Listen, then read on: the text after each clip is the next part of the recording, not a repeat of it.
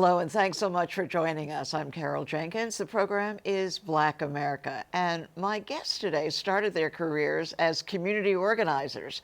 But in 2021, they helped women candidates gain a historic number of seats in the New York City Council of 2021, leading campaigns as well to victory, such as Governor Kathy Hochul and Attorney General Letitia James. With me today is Amelia Adams and Yvette Buckner, co-founders of Adams Buckner Advisors. Thank you so much. Thank you for having us. Thank you so much. You are two powerhouse women. The candidates, Tish James, Kathy Hochul, incredible, and the City Council. I don't know, tell us how that happened, that you managed to get 31 actually women in the New York City Council. 20, how many of them are Black? 80% are Black and brown women. 80% are Black and brown women. Right. So how did that come about? Well, Amelia was actually there when it started. I joined afterwards, so I'll let Amelia tell how it started. It was actually the idea of then Speaker Mark Viverito and a couple of council members, Margaret Chin, Helen Rosenthal, Elizabeth Crawley, just to name a few. Literally, there were only a few of them in the city council, and it actually came when the speaker actually had to do committee assignments.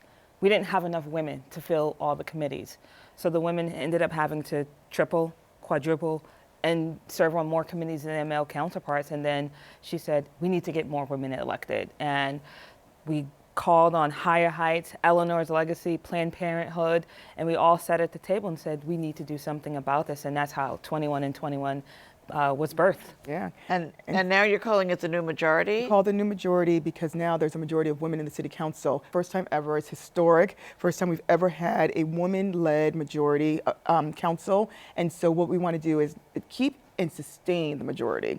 And there's really some things that we're doing that are helping these women on the ground. There's a couple factors. There's ranked choice voting, which is helping. I know, I read your op-ed about that, about ranked choice. And now, and only having voted once in ranked choice voting and gone crazy about it, why does that work for Black women candidates? It eliminates the zero-sum game. So if you don't have the money or the name recognition necessarily, people actually, it levels the playing field. So you can actually get in there. It doesn't split the votes. So if there's two Black candidates and one white running, it doesn't split the votes. It really gets rid of the zero-sum game. And so Black women have an opportunity to have their voices elevated. So that's one thing that works for Black women candidates. What else? What's the? I think the biggest thing that we had was the mentorship. We called on former council members, from Diana Reina, even Melissa Mark Viverito, Julissa Ferreras, Una Clark, Helen Foster. We called the bench, although it was a short bench, but we called the bench, and those women actually mentored 1, 2, 3 candidates that were running, and really was there. Some of them actually did fundraising for them. We actually had some that actually went out door knocking for some of the candidates. That's an old-fashioned notion. Yes, absolutely. And then we called on our army of women. So we have women who are members of the new majority, which was 21 and 21 back then, came out, put their boots on, went and did the door knocking like Amelia said, and we got it done. This is truly incredible. We were saying before we started recording the show that New York City has a huge Black representation from. That's right. The mayor, the public advocate, the New York State Attorney General, the New York State Speaker of the Assembly, the New York State Senate Majority Leader, and we have Vanessa Gibson, who we love, the Bronx Borough President. Oh my goodness. Oh my goodness. And 21 women. Speaker of the Council. The Speaker of the Council, right? Adrienne Adams, we also love the Speaker of the Council. Yes. It is the first time in history that we've had this many people of color, Black folks, in charge running New York City and state. So I want to go into your personal history, because we say you started out as community organizers and now you are campaign directors for, the biggest political people running for office in the city, in the state. So what's that trajectory? Did you go to school for that? Or is it a mentoring issue? My school was called Acorn. On the ground. That was your organization, right? Yes. What a lesson there, right? Which was also, talking about the historical wins of Acorn was there were a lot of factors to propelling President Obama, but Acorn really was pushing the national voter registration and ultimately led to Acorn's defund in Congress because people were very upset that we registered a lot of folks to vote for President Obama. But what Acorn taught me was really about grassroots power, starting from scratch and, one person, two people, three people, and really pushing folks to actually get change in their community. That led me to, starting to run field operations. I ended up being field, not the field director, but I had some regional parts for Mayor de Blasio. Then I became his political director, and it really starts building upon that. But, as you go, and I know Yvette can definitely attest to this, the further you go up, the lonelier it gets. Sure, sure. And Yvette, you were campaign director for Tish That's James. correct, for the Attorney General, yes. And so, like Amelia said, really starting on the ground and building your way up. I took a little bit of a different path. We both went in government, but I went in government because I wanted to know how is it that government works, so that way I could help to inform, the folks on the ground. So if government is, super important, the ground factor is super important, and now understanding what campaigns need.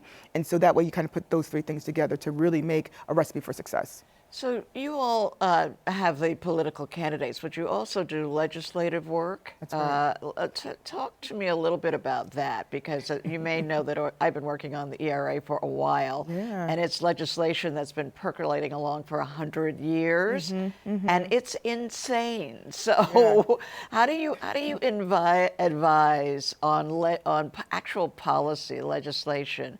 What?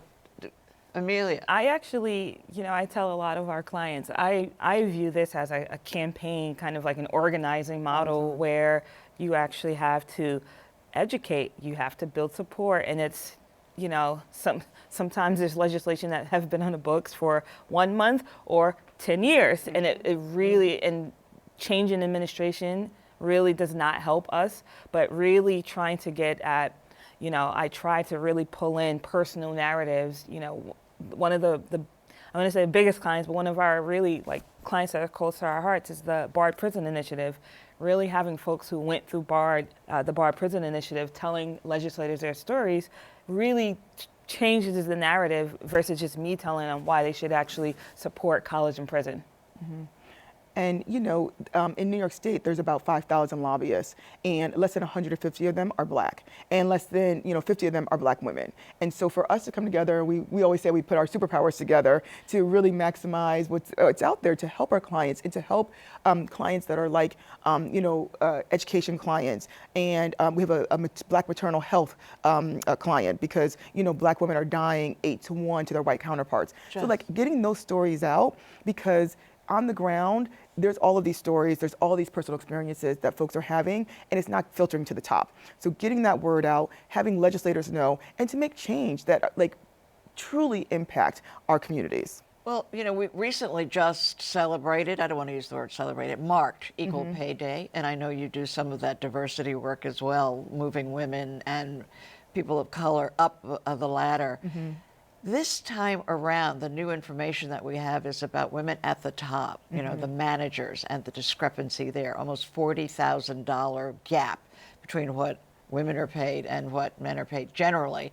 And black women are only at 59% of what a white man, makes at that level. What do you see? How do we change this? Because every year, we go through these numbers, and as we said, they're always the same. It is infuriating. It is infuriating. It is what we're watching over and over and over again. And we, as Amelia said earlier, we make a hashtag about it. We get out and we fight, but there's been no actual change within the employers. And it has to start with the employers. They have to understand and recognize the value that people and women of color bring to the table, and to normalize that. Right? So it's not just the unicorn of one person makes it, but it is the norm, and we are paid equally, because if you're talking about $40,000, me, for myself, if I'm going to send my child to private school or do anything, I don't have that extra income to do that. I don't have that, that extra insurance to be able to do the things that I want to do for my family. And I think just going off of that, equal pay is not just about the paycheck. That's right. We really need to fully fund childcare. Because those are, the money that you do have, you're already starting at a disadvantage. But the money that you do have, you're going to spend an exorbitant amount on childcare. And that's one of the single most, I don't have children, I know Yvette. However, I do know. It is expensive. It's Yvette a has mortgage. enough stories for us all, right? Exactly. It is a mortgage, that childcare, I'll tell you. So it's not just about that Right, paycheck. that's right. It's childcare is just one of the many factors that we need to really level this playing field as well. Yeah, and I have a keen interest in child poverty, so I was pleased to see that in the Biden administration they've included the child tax credit, the expanded one, the actual cash payments to the ones who need it the most. You know, so you have clients like that, you know, and you mentioned maternal health, which is just a new report out recently that shows that the numbers are worse than we thought that they were. Yeah, and you see, I think when you have a woman-led New York City Council and a black woman speaker who is a mother and a grandmother, you actually see that is being elevated to the top. So now there was a package that came out, 5 bills that were recently passed to help, whether it's, you know, just information gathering to really reporting on the data and getting that out to other folks so that they know if you go to a hospital, what you need to ask for, what is good for you, what is not. And so that way people can be informed and make correct choices. Yeah, and New York was one of the first to do the transparency thing as well. That, you know, that employers had to say what the salary range was, and also that women could not be held back by how much money they made the last time around. Yeah. You know, how much has that changed? I think it's interesting because now that we are actually employers, That's right. so Big bosses. we actually there's a double-edged sword, but I think really trying to, and I think even stepping back, we view our role as employers through an equity lens. We have folks that we're 100% black firm, Right. and we have folks who are formerly incarcerated. That's right. People who are often overlooked and already have barriers to employment. We're like, no, that doesn't matter. We're really trying to change the game of what a firm looks like. Not asking people what they got previously is super important. Really trying to get as close as to the level as we're a small firm right now.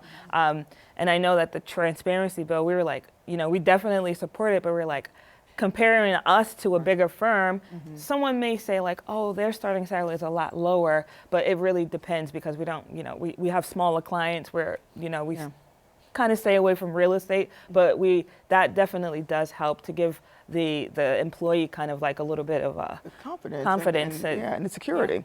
Yeah. Right. So I'm going to take you back to the candidates now because I'm still smarting over the 2022 where Val Demings in Florida and Sherry Beasley in North Carolina, two really crackerjack candidates, lost. You know, while there were other victories, that everybody got to celebrate. And the word on the street, which is, I'm not really in, so I'm not giving the inside story of what really happened, but the word on the street was that the Democratic Party simply did not support them to the extent that they needed. Tell us, is that what you sensed as well? I consider you the supreme insiders. Well, I think even for starters, and Yvette and I probably definitely have some war stories of our own. But Sherry Beasley and Val Demings, those are only the ones that we hear about. Even if you, Higher Heights I mentioned earlier, huge supporter and sister organization of ours, supported a huge slate of amazing women candidates that people will never hear about. It was a great slate. Running for great mayor slate, right? in places, I running love for that House. they did that, not just the top, but all the way down. Exactly. And I, having done races, especially outside of New York, this is a bias, but the black women have been outstanding candidates. They're top credentials compared to some of the ones who've probably had 2 years of experience.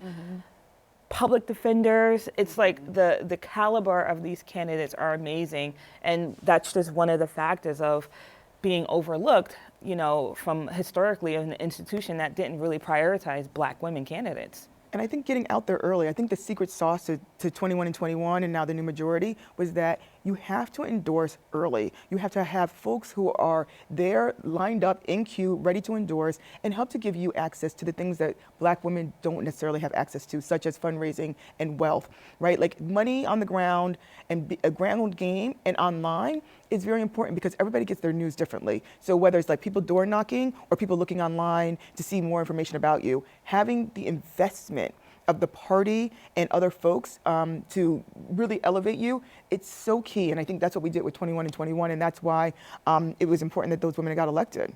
So looking at the United States Senate, for example, now, we lost those two, but now Barbara Lee has declared her candidacy. And I think very respectfully, she came in late because she was giving Dianne Feinstein time to make up her mind. Everybody else was like, I'm in. You know? So, but now, you know, she's behind in the finance part of this. And if I'm going to give you, you know, theoretical candidate. Barbara Lee is your candidate. You know, what are you saying to her in the meeting tomorrow morning? Dial for dollars. Dial for dollars, right? And we're doing fundraising for her because, you know, the U.S. Senate needs a Black woman. Right, right. Because there's just, I mean, obviously there's not enough women, there's not enough moms, there's not enough people who are making those decisions. But if she's our candidate, Amelia and I are sitting down and like really figuring out what is the thing about her that makes her so unique and special, and kind of using that to elevate and get her out there right in front. And who are the people who are who are interested? So if education's her thing, who are the people in education? Who are those kind of angel folks who are going to come down and really take the time to invest in her? So we're going to talk about that with her. We're going to talk about you know, what unions can support her, because union support and grassroots organizing is so key. So all of those things, but we're going to definitely like sit down and we're going to do a ground game and we're going to do an online game that is going to be like savvy and thoughtful and, can I say kick ass? And kick ass. Exactly. That's exactly what I think Barbara, I have two folks for you. You know, I haven't signed them up yet. I think that is 100%. It was almost kind of like a, you know, going into cold water. It was a shock to the system when, you know, 21 and 21 emerged, and you know, institutional, especially labor unions, because, you know, they have their own process and they may have their own candidates, but, you know, the fact that 21 and 21 made a big splash, it's like, okay, these are people I actually need to have on my radar who were not on my radar before. Right, and now we've got a new mayor of Los Angeles, you know, Karen Bass, who left Congress, and she was up against a guy who had unlimited finance, so much money. And I guess that's what we're talking about in terms of, you know, people really didn't, you know, they kept saying, oh, this guy has, you know, got so much money, she doesn't have a chance. But she won. Yeah. And I think, you know, she had a great ground game. I know one of the organizers that worked on her campaign. But I think they also, in that county, they have ranked choice voting, which again helps with eliminating all of those other factors. And it helps to elevate women of color. So you have the ability to get your word out, and it doesn't split the vote. So now talk to me about, you have the candidate, you're running her, she's a Black woman, she's in, and now she's taking, what word should we use, from everybody, you know, being insulted, denigrated, you know. Bullied. She's a loser, you know, I mean, Kamala Harris, I don't know what happened to my feed, you know, that I get all of these stories about how terrible Kamala Harris is, and I think, I like her. I think she's doing a great job. You know, so what about that feedback that happens to Black women who rise like that, and they have to put up with so much? I know. I'm like, bullying is real, though. You know, working for Tish James, who is a Black woman, she got bullied by two of the most powerful people in New York, in the country, Donald Trump and Andrew Cuomo. Exactly. At the same time. They called her every name in the book, and you know what? She didn't take it to heart, and we would always tell her, rise above it, and she did it beautifully. But you see that bullying, you see that denigration of Black women, and it's heartbreaking to watch. But what we do is we wrap them with mentors and people who have gone through it. So, you know, Tish James is not the first person to go through it.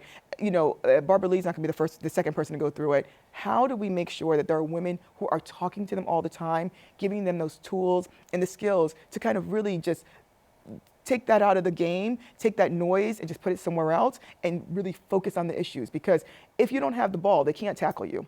I mean, that's what they're trying to do. They're trying to tackle you because you have the ball. Whoa, I love that. And I think it's become so normalized, and not enough people are speaking up. And we talk about this internally all the time. Like, why is it okay to attack women of color? We've seen it happen to Congress members, Ocasio-Cortez, Tlaib. It's heartbreaking to see that, and people not only not say anything, but almost make fun of it.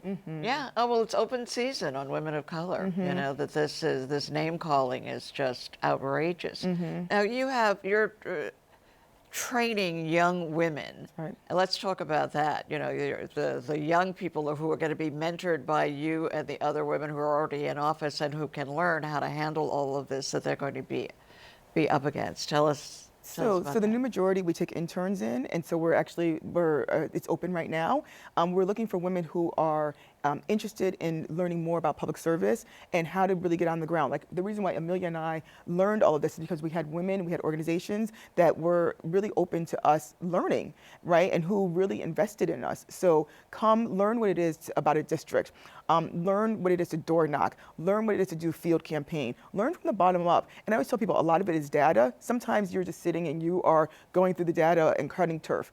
But those are the skills that you need to be able to be successful and get to the next level. So it's like start here while you're in internship, and then meet the women who are now in office, because the women, and I have to say, I'm so grateful and thankful for them all the time, because they are so welcoming of young women in their campaigns and in their district offices. And we also have the Young Leadership Council, which is, I don't like to say junior board, but it's essentially our junior board. And it came out of the need of actually, this is a manager, the middle managers are almost, Right. and I think they have done a phenomenal job. They're learning what it means to have a fiduciary responsibility over board. They help run our entire endorsement process, essentially, and they're really, I'm like, I think it's time for us to step back because torch. because Isn't that a great feeling Yes. when you see that they're there? you don't have to stay there forever. Right, that's right, and you shouldn't. So one of the big lessons that we've learned about the recent political skirmishes that we've had is that when nobody else was paying attention to the very local offices that needed good candidates, nobody was. We weren't, I guess. Somebody was. We were. Right. And so I have, friends, daughters who are mothers who are running for the, PTA and for the, and a position that prior to recent happenings, people would say, oh, the PTA doesn't matter. Now we know that the PTA matters. So talk to us about that in terms of, how people get the entry into that and the difference that it makes. I think one of the interesting thing about that is, like, right after 21 and 21 happened, I think Yvette got a call from someone in Chicago. That's right. Someone reached out Boston. from Buffalo and Boston, and they were like, how did you do that? Right. So we were like, we should create a report on what, the ingredients which led to that. And I think definitely there are superstars who have, propelled into a seat, but I think it really takes some education and learning to run for a U.S. Senate seat. And a lot of these women who, hopefully Val and some of these other women run again, but it really started at a local level, and you could see that from our Attorney General and our governor, who both started out at the Common Council and the City Council, and you cannot ignore that, because when you ignore that, you'll have a body of 51 members where there could be 5 women. Again. So as wild as it seems, we have elections coming up again. Right. That's right. It's like 3 months away. So it's June, right? June Now, 27th. what's the goal for this June?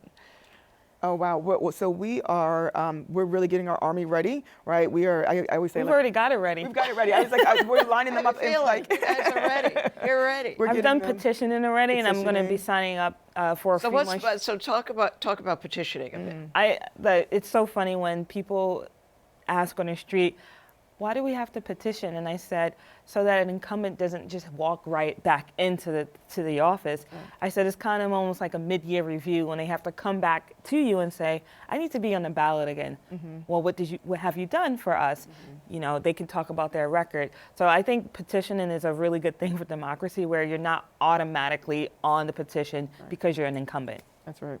So you petition, and then we are very strategically looking at the districts that they have men running against them, Republican men, and where are those areas, like in the Bronx, in Queens, where do we need to save some of the women to make sure that their seat is safe, and getting the army out, do door knocking, do our ground game, make sure labor is connected with us, make sure elected officials are endorsing them, their mentors are giving them the tools, so when they are being bullied and they are being, name called, which happens all the time and has already started, and making sure that they have the comms, the communications piece really very strong, because talk about what it is that you've done. People want to know, what is it that you've done? Now, mind you, they've only been in a year, but there's been some really strong, impactful legislation that they've accomplished, and so we're looking to see what that, how they get that message out. Yeah, well, we're looking at some of the figures about the black vote generally in the last big election. I don't want to. The presidential. Don't be offended, but right. Not the presidential. But is that also true in New York, that the black vote was a little reluctant to come out with the numbers down? Not in the last election. No, they were not. And as I like to say, black women are continuing to save the party. And so black women have come out. They bring their sisters, they bring their sorority sisters, they bring their aunts and their cousins. And you watch, grandmothers will sit and they will wait at polls, whether it's an hour, 2 hours. I've seen 90-year-old women sometimes waiting to make sure that they vote and their vote is counted. And it's crucial. And I think that black women have been doing that. And so you see in New York that the percentages of black people who come out are almost on par with white voters. It's a little bit less, it's about 5-10% less, but it's almost on par, given that people continue to not think we're part of the party. And not only that, it was actually a CUNY report that came out that showed that black voters actually really understood and utilized ranked choice voting. They sure did. Who would have thunk it? I know. And how crazy is that? Even I say, but I support it. Or if it works, then that is magnificent. I love the level playing field, which it apparently gives, and I love the work that you both are doing. I wish we had more time. You'll have to come back. Keep us posted. Yes. When the women win and we have the majority of women again in New York City Council, we will be back to celebrate. It's a date. It is a date. It is a date. My thanks to Amelia Adams and Yvette Buckner, political strategists, Adams Buckner advisors. Barbara Lee, are you listening?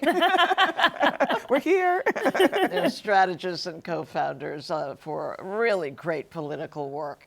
And that's it for us today. I'm Carol Jenkins. The program is Black America. Thanks so much for being with us. We'll see you the next time.